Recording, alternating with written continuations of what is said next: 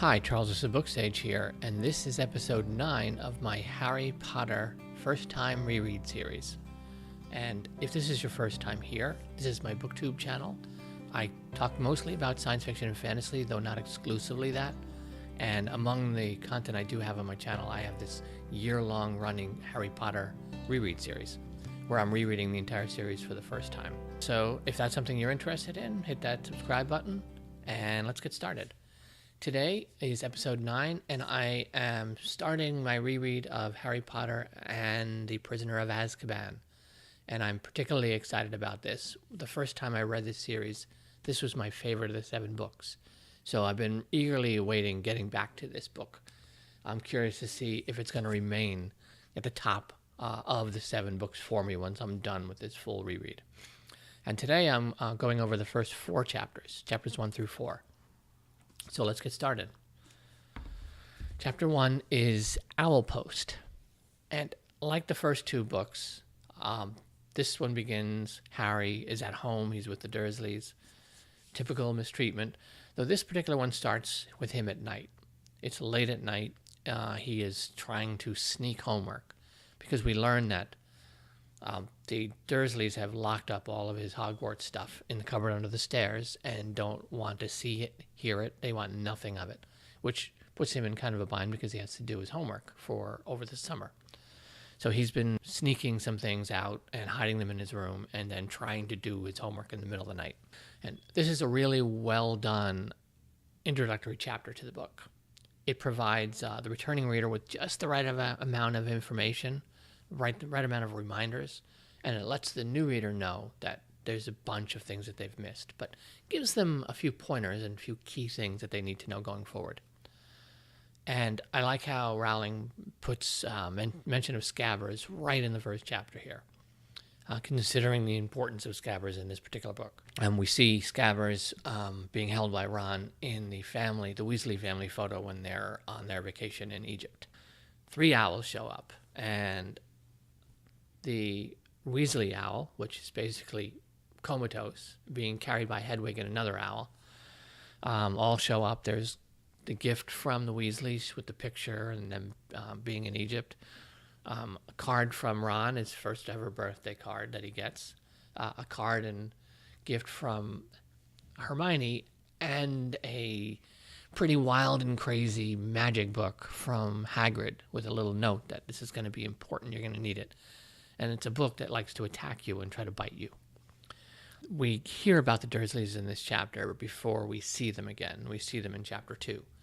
But it's a nice little primer for what Harry's home life is like and getting the scene and the mood set for this book.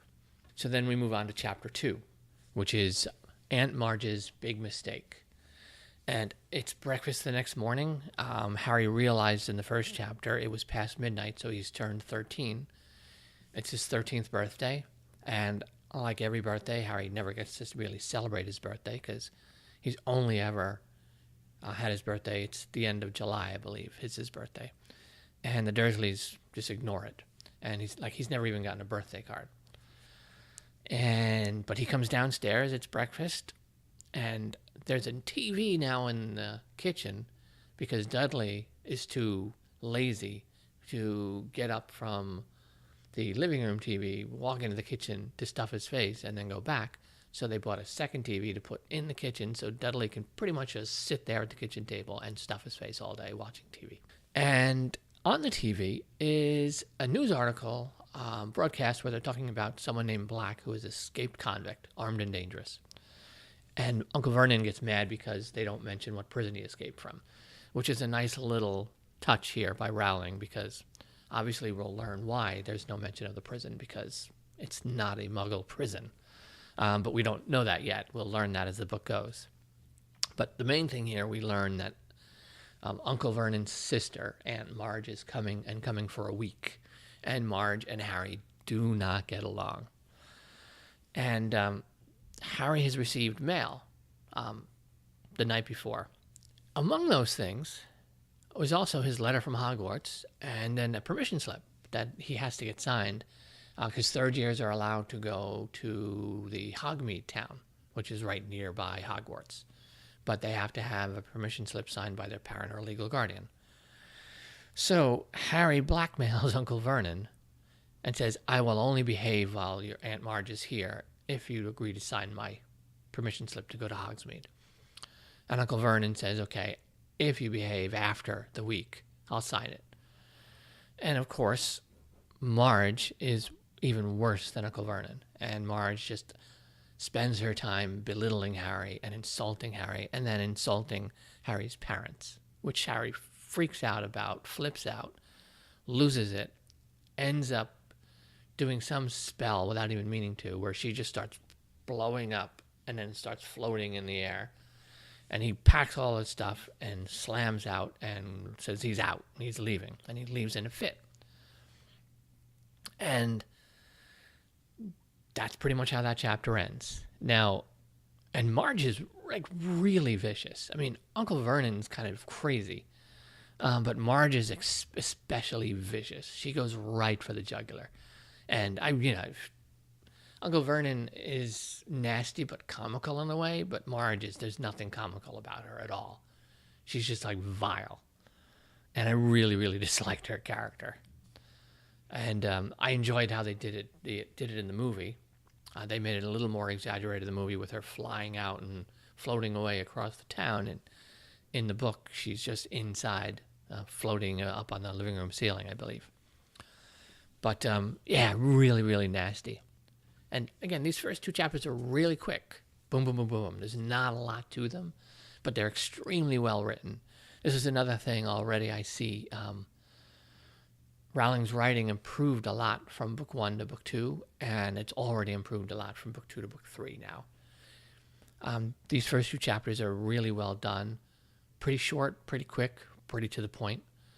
But again, it's not the first introductory book where we have to learn so much in a short time. So now we are at chapter 3, The Night Bus. And I absolutely love this chapter. And Harry has stalked off down the street, and it's like 10 minutes later, and then he realizes kind of the reality of what he's done is set in. He's now left home. He's got nowhere to go. He has no money. He realizes he's probably going to be expelled and perhaps arrested for breaking the underage decree on magic use. And then he's sitting there not knowing what to do, and then he starts getting the feeling he's being watched. And he grabs his wand and looks around, and he sees in this sort of alley what looks like this big hulking sort of beast with like these wide gleaming eyes staring at him. And then he trips, falls backwards over his big trunk. And as he gets up, this crazy triple-decker bus, the night bus, shows up out of nowhere. And it's a wizarding bus. It's a bus that picks up like stranded wizards and witches. And he climbs on because he thinks everyone's looking for him. He gives his name as Neville Longbottom, which a nice comical moment. But again, it's getting Neville's name reintroduced right away as well, early in the story. And the whole night bus scene, I enjoyed it in the movie. It's a lot of fun. But I really enjoyed here in the book as well. And one particular thing that I noticed here that I didn't remember because I've only ever read this book once. In the movie, the bus is zipping in and out and squeezing in and going around things. But in the book, the bus is just barreling all over the place. And instead of it weaving in and out of things, everything is jumping out of its way. Even mailboxes, a farmhouse, you name it. They're leaping out of its way and then going right back to its normal spot. And this is all happening without Muggles being aware of it at all. So I imagine the people in the farmhouse sitting there, perhaps eating lunch or eating dinner, have no idea that their whole house just shifted over and then shifted back into place. And that's part of the fun thing about the whole, how the wizarding world in these books can coexist without the Muggle world even knowing it's there. That there's no inclination that anything is happening like that. So it's a fun part of the whole just world building stuff. And but we learn here on the night bus, we get, I think it's the Stan, or whatever his name is, has, I think, the Daily Prophet. And now we know that Sirius Black escaped from Azkaban, the wizard prison, which we had heard about in the Chamber of Secrets, because Hagrid had been taken there briefly. And that Black was a big follower of Voldemort. He had killed like 13 people, 1 wizard and 12 muggles in one big attack, and then surrendered. And has been imprisoned ever since. And so Harry is like trying to figure out what to go, where to go, what to do. And he's like, all right, take me to Diagon Alley. He figures he can at least kind of lay low there until he figures out, wait for the morning, get some money out of Gringotts, and then go on the run, because he assumes like the whole ministry's after him. And he steps down off the bus, turns to help bring the luggage down, feels a hand on his shoulder, and there's the Minister of Magic himself, Cornelius Fudge. But surprisingly, Fudge isn't there to arrest him or anything. Fudge takes him in the Leaky Cauldron, gets a private room, gives Harry tea and crumpets, and tells Harry don't worry about what happened with your Aunt Marge. We've taken care of that, and don't worry about, you're not going to be suspended. We're just going to kind of let it go. And you start to get the impression that it's not because Harry is Harry, but you can see Cornelius Fudge is worried and scared about something. And Harry's a bit bewildered by it because, it's like, why am I getting off? And then why are you looking so, apprehensive about things? And though Fudge won't come out and say it, it's obviously because Sirius Black's on the loose. And, it's you're starting to get an idea that this is something really serious. And, again, a quick chapter. These first 4 chapters are all short, so not a whole lot happens in them. Because, again, they're all setup chapters for the book. But we're getting, names reintroduced, Scabber is reintroduced. We're discovering, learning about Sirius Black. We start hearing about the prison guards of Azkaban, though we don't hear their name yet, and how feared they are. And it's just a really good job by Rowling laying the groundwork here. Again, she gets better at it in each book. And she's able to get a lot across here in just a few short pages, but really nicely done. And now we are on to chapter 4, the Leaky Cauldron. And this is like a weird time for Harry because he doesn't really even know what to do with himself. This is the first time since he discovered he was a wizard and started going to Hogwarts. This is the first time where, other than that day or two he spent at Ron's house, the Weasley house, he's got pretty much that whole month to hang out in Diagon Alley, at the Leaky Cauldron in Diagon Alley, the whole month of August before school starts, where he's just kind of on his own. And as long as he's back at the Cauldron before dark, he can wander around Diagon Alley all he wants. And he spends some of his best summer days here. Probably the best summer he's ever spent, actually, in his life. And he goes to Diagon Alley. He gets to finally catch up on all his schoolwork. He goes to all the shops. Has a hard time, trying not to spend all of his money. He gets to see the brand new, broomstick that the top Quidditch team is probably going to buy. That's the Firebolt, I think it is. And he then has to go and start buying his school books. And we learn that he's going to be taking divination this year. And I like this particular moment here because he's buying the required book, but he sees this other book about death portents. And the shop owner is like, no, you don't bother with that book. You'll be scared. You'll see death everywhere if you read a book like that. But it's the picture on the cover that gets to Harry because it's a big, sort of black dog. And then he realizes that looks eerily similar to what he saw in that alley when he had stormed out of the Dursleys' house. And now he's starting to fear, am I seeing death portents? Is something terrible happening, something terrible coming? And he starts to get worried. But this is mostly him just relaxing and chilling for the very first time as a teenager outside of school. And then we're a few days before it's time to go to the train. And then finally Ron and the Weasleys show up and Hermione shows up and they're all there. They're buying all their school stuff. They get to hang out. And here's Scabbers. Scabbers is looking all like kind of peaked, not looking healthy. So they take him to the magical menagerie shop because Hermione's decided Harry's got Hedwig, his owl. The Weasley family has their, I think Earl or whatever, their owl. So she wants an owl too. And Ron shows Scabbers to the shop owner because Scabbers is looking like not well. And here we are given our little nice bit of information that Scabbers is missing a toe. Great little foreshadowing for later in the book. And this is one of the things that Rowling really does well. She slips, just really like, just slyly slips what ends up being important information.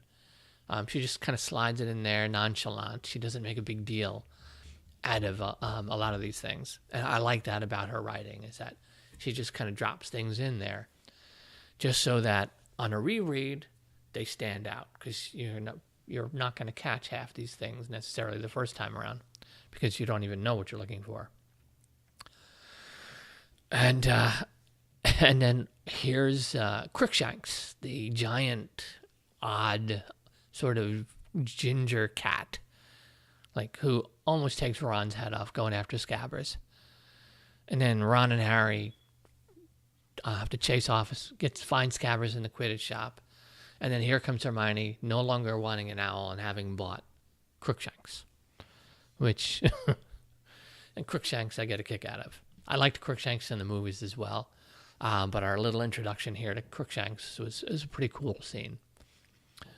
And he kind of suits Hermione in a way. I mean, she doesn't really strike me as an owl person for the most part. But all the Weasleys are there. We're reintroduced to all of them. Fred and George, of course, being Fred and George, my favorites. And Percy's been named head boy, and he's acting all prim and proper and introducing himself, shaking like, nice to meet you, Harry. Good to see you again. And, of course, George and Fred just mercilessly mock him, which they're really good at. And later on that night, Percy's freaking out because his head boy's badge is missing from the room. And Ron's left like the rot oil or whatever, maybe downstairs. So Harry starts to go downstairs to look for the oil for Ron while Ron's helping Percy try to find his badge.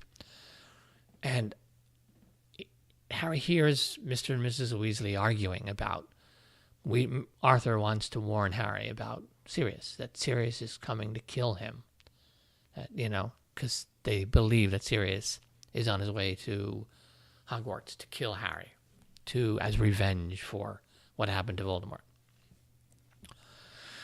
And Mrs. Weasley doesn't believe that they should tell him. It's not their place. And that why upset him about something he really can't do anything about.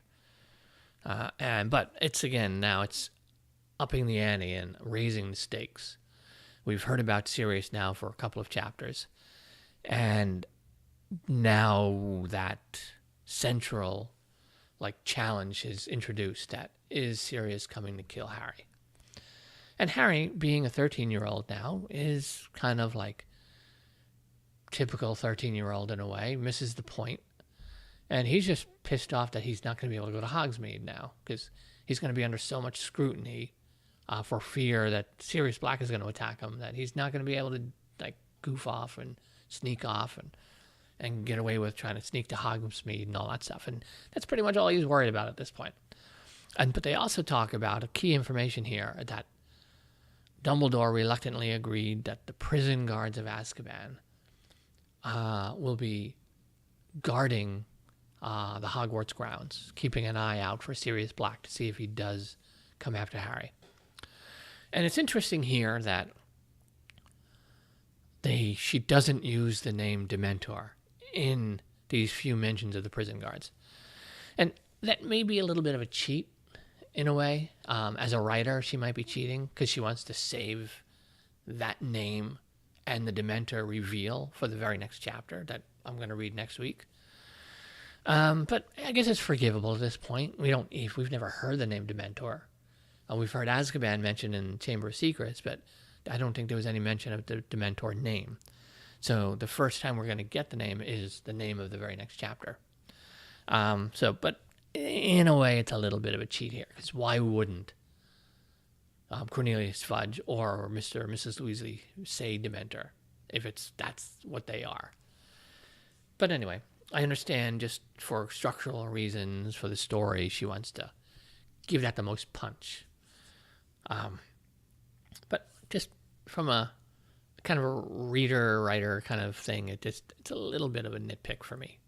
Maybe an unnecessary one, but it's there. And that's pretty much it. I mean, this was a pretty short review, I think, for compared to most of mine, but it's only 4 chapters. They're short chapters. It's just basic setup for the book. But we're ready to go. So next week, I will be doing chapters 5, 6, and 7. The Dementor, Talons and Tea Leaves, and the Boggart in the Wardrobe. We get Professor Trelawney and Divination. We get the Dementors on the train. And we get Professor Lupin, one of my favorite characters. So that's it. Surprisingly, really, really short review for me. Not really a lot to cover in these first 4 chapters. Just very well written. Gets the point across. Gives us kind of a reintroducing the story, reintroducing the characters. Just a little reminder of here's things to pay attention to. Introducing Scabbers. And, but really it's all just set up. And next week we start getting into more of the story. I am Charles of SirBookSage. I'm going to wrap this up here. Happy reading.